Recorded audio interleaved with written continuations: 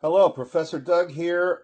On to Chapter 13, Buckling of Columns. And we'll be looking at under which conditions columns will buckle and fail, and what are the critical load calculations. And we'll take a look at some standard loadings for cylindrical and also square columns, as well as eccentric loadings.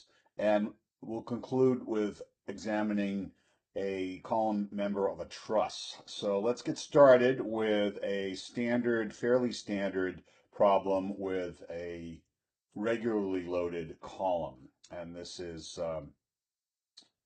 going to look at two conditions. And here they are. So the first condition is a solid round bar and a solid square bar is the second condition.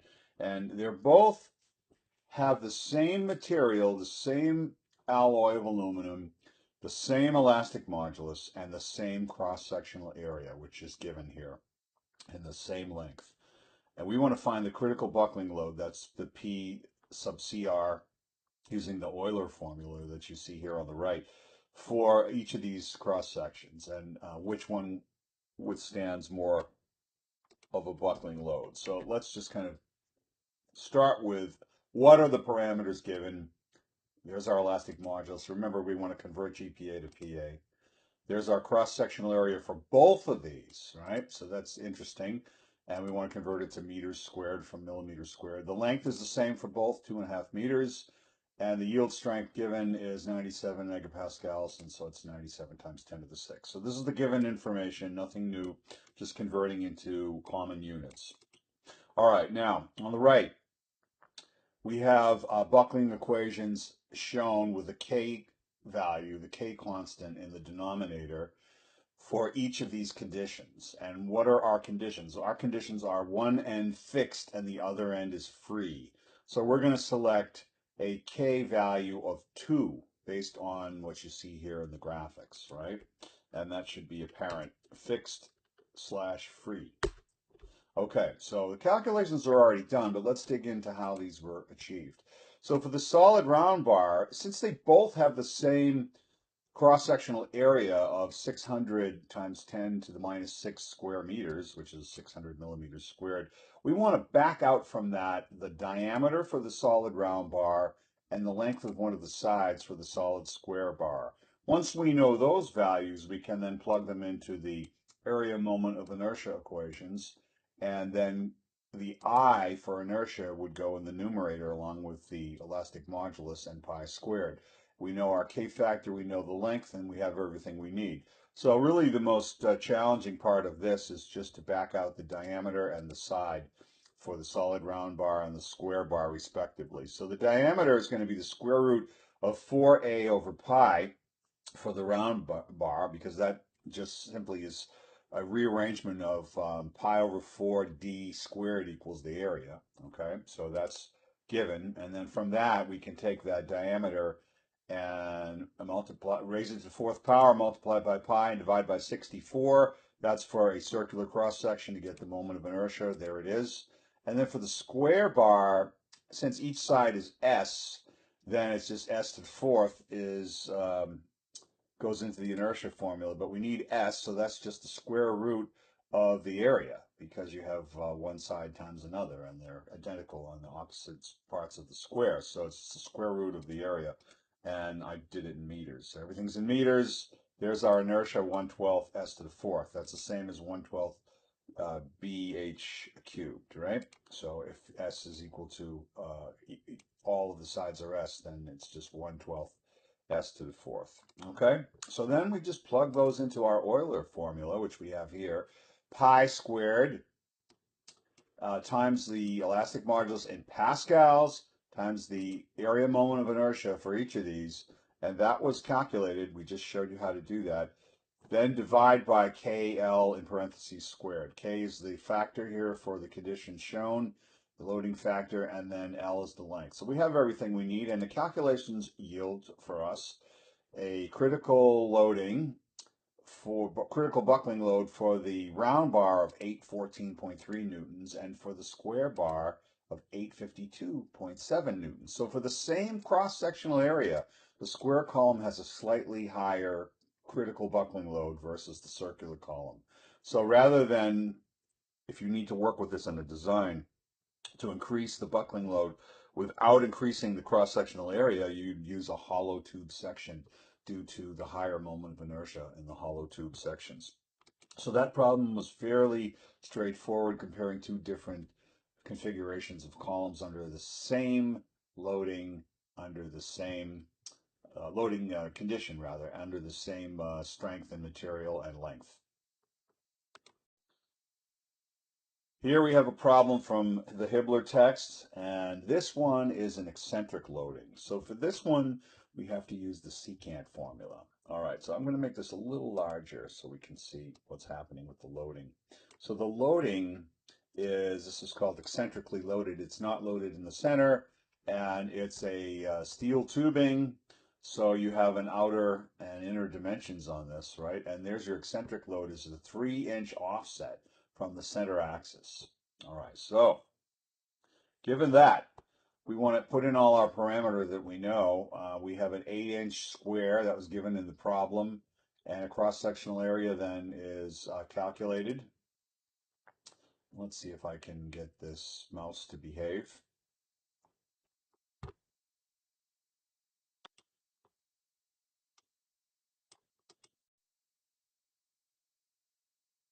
So these were given parameters. It's 8-inch square, that's the outer dimension, 12 feet long. Cross-sectional area is given here as 14.4. The moment of inertia was calculated. The modulus of elasticity for A992 steel was looked up in a table, and the yield strength was also looked in a table. So these are important, and the yield strength becomes important in this calculation. So these are all the dimensions for this. It's fixed at its base and free at the top. So in this case, the K factor is going to be 2, just like we saw in the last example. Determine the maximum load it can support. Well, we don't know what that is, so we're going to use a non-zero starter value of 1 kip. Okay, we don't want to use 0. And the solution here is we're going to enter in the length, because we need to use the secant formula. We want the radius of gyration here, so it's the square root of the inertia over the area, and so those terms are given up above. And then we have a C, which is half of the diameter, right? Okay, and then our eccentricity, our loading eccentricity is 3 inches as shown. All right, so using the secant formula, which you see here, you notice that a P, the load, appears twice, so that requires an iterative solution. And also the R, the radius, appears twice too. So we have to iterate this in order to solve the problem. So the way I managed it was to take EC over R squared, that's this term right here, the second term before the secant function, and calculate it. And that's just based on information that we know up here in the columns or lines, rows 18, 19, and 20, EC over R squared. Everything's going to be, EC is inches times inches, and R squared is going to be inches squared, so there's no units there. And then the secant we can get to last, right? We're inside the parentheses after the secant function, we have KL over 2R square root of P over EA. All right, so we can do that, right, based on a calculation. So K is given as 2 here, and L's the length is 12. And if we divide by 2R, we can do that easily enough. And then we can multiply by the square root of the load right now, which is P, and then EA, the elastic modulus, times the area. So everything has to be in the same units. And when we do that, we get this value here, 0.073880, okay? So that's the value given here. Now, what about to the left of the outside of the brackets before the equal sign? We have P over A, all right? Well, what's P over A? Well, we don't know P. We're assigning a value of 1. We know A, the area, is given. So sigma max on the left of the equal sign equals this entire function to the right of the equal sign. So sigma max, right, is given as 50 KSI. If we multiply both sides of this equation by the area, we get, it goes away in the denominator on the right of the equal sign, but it appears as a multiplier to the left of the equal sign. So sigma max times A equals everything to the right of the equal sign except the A, which is now removed from the denominator here. Okay, so you got a couple of appearances of P, a couple of appearances of R. So I'm just taking what I calculated previously, these numbers previously, and I'm adding the 3.06 to the 1 over here. And then I'm taking the secant of everything inside the parentheses, which is this value here, times the square root of P. All right, so we don't know what that is. So we do know what sigma max times A is. That's a constant. That's 720. All right, so that's KSI times square inches. So that's going to be 720. So that should equal, on the right side of the equation, should also equal 720. It doesn't, it equals 2.32. Why? Because P is 1. All right, so we need to use a goal-seek function here. So data, what if, goal-seek.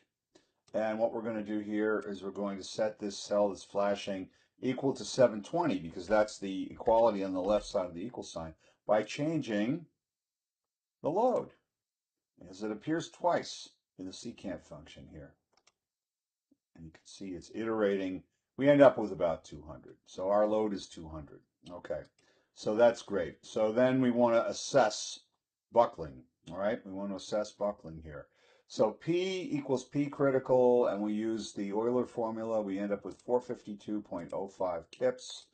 And sigma critical is P critical over the area. So what we're doing here is we're taking the 452 over the area, and we got 31.4, and we're assessing whether or not that's less than sigma y, which is the yield strength, and it is. So we're okay with that calculation. So the maximum load this beam eccentrically loaded column can support is roughly 200 kips, and we're still okay, and we won't fail due to yielding. We can't exceed 200 without buckling, though.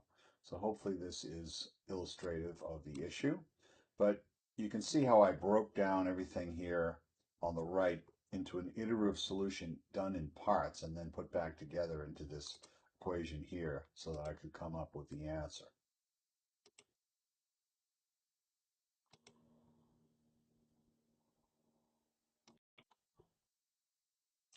Yeah, so in that last example, so the load the yielding load is going to control here, which is 200 kips, all right?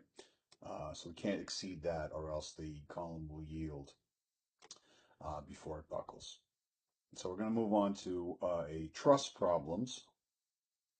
Here's a truss problem, and the truss problem is here. So you have, this is from Hibbler also, so you have members of a truss pin connected at A and G, and member BD is on the top, A992 steel, radius 2 inches.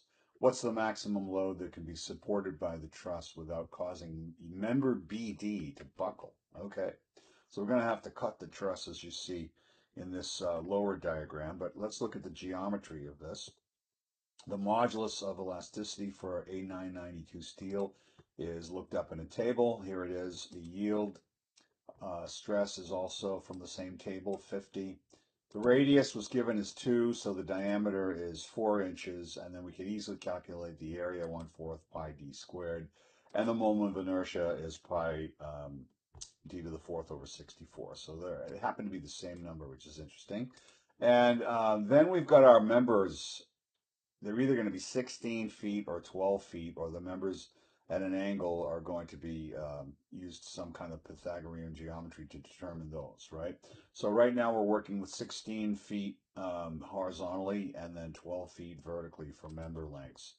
And the length of BD, we're going to convert that to inches, is 192 inches, which is just 16 feet times 12. What are the loads? P, there's 2 of them here, right? So we don't know what they are. So we're going to use a non-zero starting value of 1. So like we've done before, we're going to take the moment calculations around point C. So we're going to cut the truss to do that, right? So the sum of the moments around point C in the truss should equal 0. Counterclockwise is positive. So if you look at that, you're going to get this load here, P, which is right below F, at an arm of 16 feet, creating a clockwise or negative moment. And then you're going to get the load through, the force through BD rather, at an arm of 12, which is going to be counterclockwise moment, which is positive. So those equal 0. So then you could just simply say that the force in BD, based on just this equation, is 16/12 of P, just by rearranging this algebraically, right? So if you want to use a different ratio, you could do that. It would be, 8/6 or 4/3, 4/3. So 4/3 is 1.33 kips, right? Assuming P is 1. So if P were 2, that would double, right? So we're assuming it's 1. All right, so ignore this factor of safety. It doesn't make sense right now. It will later. For the Euler equation here, because we're inside of a truss, the K factor is now 1. And the Euler equation, again, pi squared EI over parentheses KL squared with a K factor of 1, based on the fact that we're constrained within a truss here. Remember BD. So what's the critical load, right? We calculate the Euler equation based on everything we know. We've got pi squared, we know. E, elastic modulus, we know. I, we calculated, right? Divided by K, which is just 1, easy enough to wash out of the equation. And then L squared, we know the length, right? It's 16 feet, it's 192 inches. So if we do all the calculations, the critical load is 97.6 roughly, right? All right, so we don't know, that's based on a load of P of 1 kip, right? We don't know what it is. So we need to use a data what-if analysis goal-seek function. Data what-if analysis goal-seek. Here's our pop-up. Let's bring it down here. And we want to set the force in BD, right, equal to the critical load.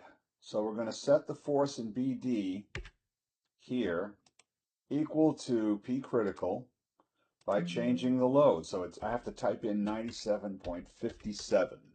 And I'm going to change my non-zero dummy value of 1.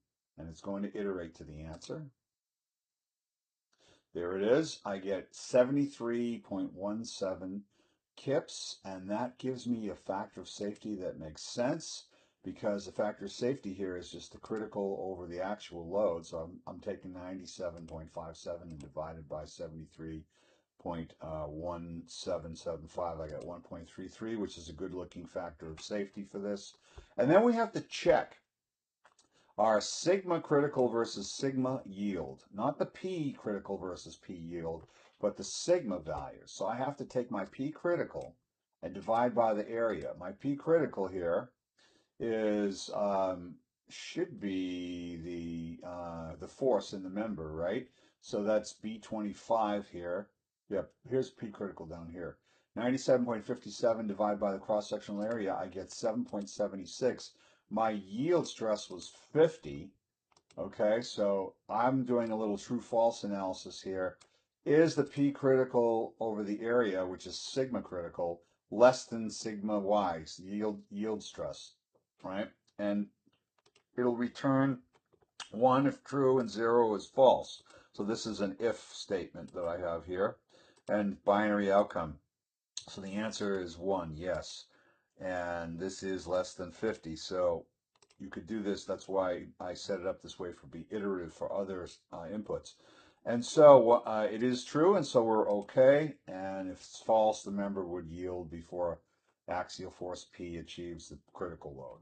All right, so there's your solution to the maximum load, and then there's our critical loading, and here's our factor of safety, and then our check against the yield stress. And that concludes Chapter 13.